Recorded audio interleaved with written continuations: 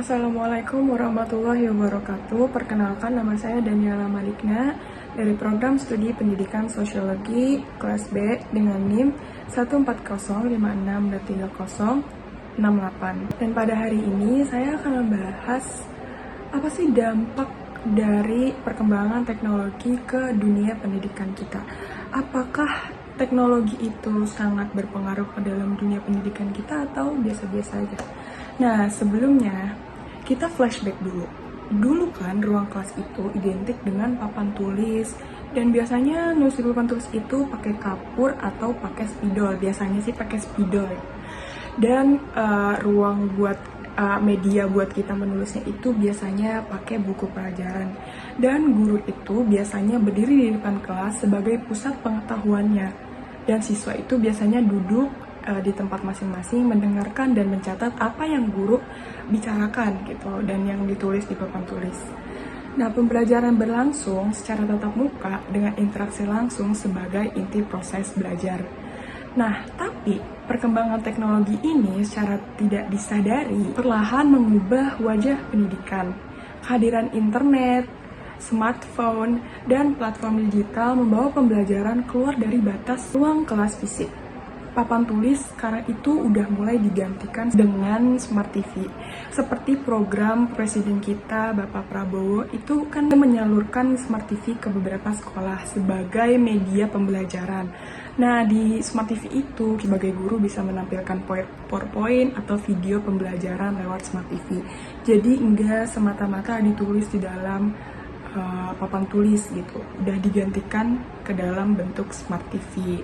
Dan buku cetak itu udah beralih ke bentuk elektronik yang biasa disebut dengan e-book. Itu biasanya diterapkan di pendidikan tinggi atau di kampus gitu. Itu udah jarang yang pakai buku lagi karena udah bisa dicari di internet sebagai bentuk PDF dan juga e-book gitu. Nah, perubahan ini tuh sering dipahami sebagai kemajuan. Teknologi dianggap mampu membuat pembelajaran lebih efektif, fleksibel, dan juga tentunya menarik. Karena materi dapat diakses kapan saja, dan pembelajaran nggak lagi itu bergantung pada satu sumber. Dan siswa didorong untuk lebih mandiri karena bisa diakses kapan saja dan di mana saja. Guru pun itu udah nggak lagi berperan sebagai satu-satunya penyampai informasi yang menyampaikan informasi di depan kelas gitu, melainkan sebagai fasilitator yang mengarahkan proses belajar mengajar. Nah, tapi dalam perspektif sosiologi pendidikan, perkembangan teknologi ini bukan hanya soal inovasi, tapi juga tentang relasi sosial, akses, dan ketimpangan yang menyertai banyak hal gitu. Nah, sebelum teknologi berkembang pesat, pembelajaran konvensional memang memiliki keterbatasan. Akses pengetahuan bergantung pada buku teks dan penjelasan guru. Siswa dengan gaya belajar tertentu seringkali kurang terfasilitasi karena pembelajaran kan hanya mendengarkan dari guru dan juga dari papan tulis gitu, nggak ada contoh aksi nyatanya dan kita tidak bisa melihat videonya gitu. Apalagi yang di SD gitu kan biasanya belum tentu langsung mengerti tanpa ada sesuatu yang bisa dilihatnya gitu. Nah, akan tetapi sistem ini relatif seragam dalam hal akses, yaitu hampir semua siswa berada dalam kondisi yang sama, dengan belajar di ruang kelas yang sama, dengan fasilitas yang kurang lebih setara. Ketika teknologi masuk ke dunia pendidikan, kondisi tersebut malah mulai berubah. Pasca pandemi, banyak sekolah menerapkan pembelajaran berbasis teknologi. Misalnya, sebuah sekolah menengah, guru menggunakan platform digital untuk mengunggah materi, seperti di aplikasi Google Classroom atau Google Form atau WhatsApp Group gitu. Guru ini bisa mengunggah materi, memberikan tugas, dan melakukan evaluasi dengan aplikasi-aplikasi tersebut. Video pembelajaran menjadi pelengkap penjelas di kelas, sementara komunikasi dilakukan melalui grup daring yang biasanya dilakukan di aplikasi WhatsApp. Nah, bagi sebagian siswa, sistem ini tuh sangat membantu karena mereka dapat mengulang materi kapan aja, mengerjakan tugas dengan fleksibel, di jam efektif mereka sendiri-sendiri, dan mengakses berbagai sumber belajar tambahan. Nah, tapi Tapi, bagi sebagian siswa lainnya, pembelajaran digital justru menjadi beban baru. Karena nggak semua siswa memiliki perangkat pribadi atau akses internet yang stabil. Karena ada siswa yang harus berbagi ponsel dengan orang tuanya. Dan ada juga yang mengandalkan kuota terbatas tanpa wifi. Bahkan ada juga yang harus mencari jaringan internet di luar rumah, terutama di daerah-daerah terpencil. Akibatnya, mereka ini sering terlambat mengumpulkan tugas atau tidak aktif dalam platform pembelajaran seperti halnya di kelas gitu.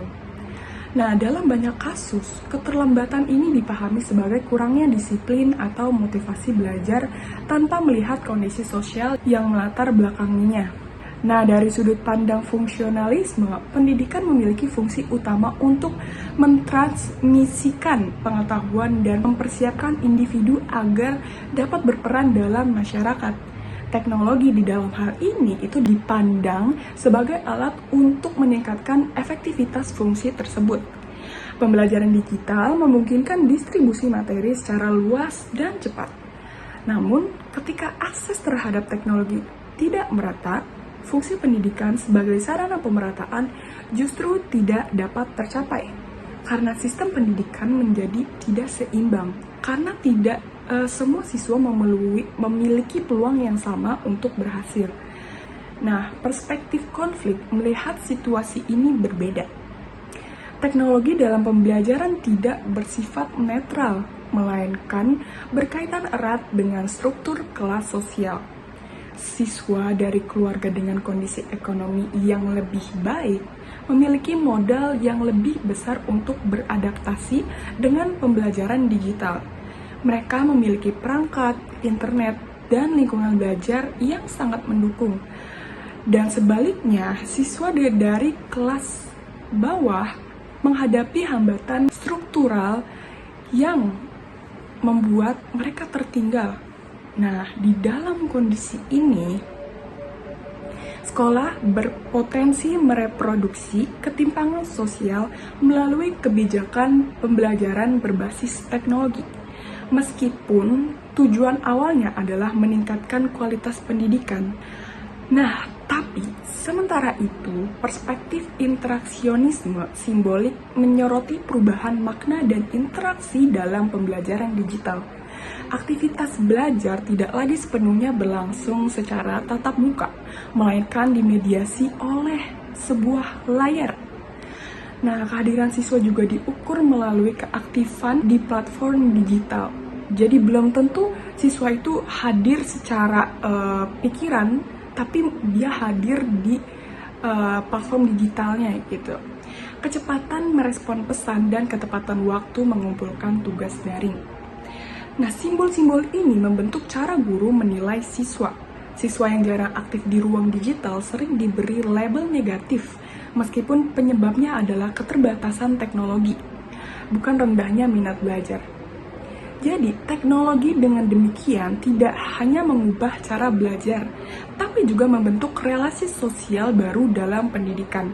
Ia bisa memengaruhi cara guru dan siswa berinteraksi, cara prestasi dinilai, serta cara identitas akademik dibangun.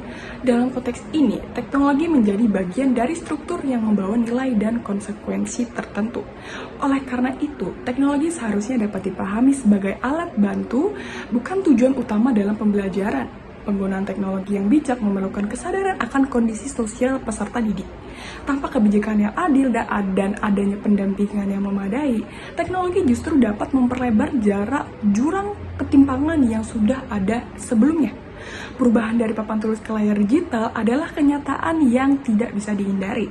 Namun, kemajuan teknologi tidak selalu sejalan dengan keadilan pendidikan. Dalam perspektif sosiologi, tantangan utama pendidikan di era digital bukan hanya bagaimana memanfaatkan teknologi, tapi bagaimana memastikan bahwa teknologi benar-benar menjadi sarana pembelajaran yang inklusif, adil, dan manusiawi. Teknologi seharusnya menjadi jembatan yang menghubungkan semua peserta didik dengan kesempatan belajar yang setara, bukan tembok yang memisahkan mereka berdasarkan latar belakang sosial. Segitu saja penjelasan dari saya, kurang lebihnya mohon maaf. Wassalamualaikum warahmatullahi wabarakatuh.